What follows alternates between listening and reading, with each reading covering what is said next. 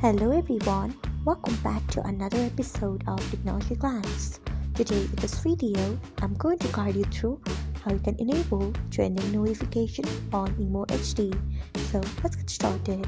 Firstly, open Imo HD app on your device, then tap on your profile icon, next tap on settings, then tap on notifications, then scroll until you find trending, then turn on it by tapping on it. So this is how you can enable trending notification on Imo HD. Thanks for watching. If you found this guide helpful, we would love it if you hit the thumbs up button below. We upload great new tech tutorials like this one every day, so don't forget to subscribe to our channel and hit the bell icon so that you'll never miss another update.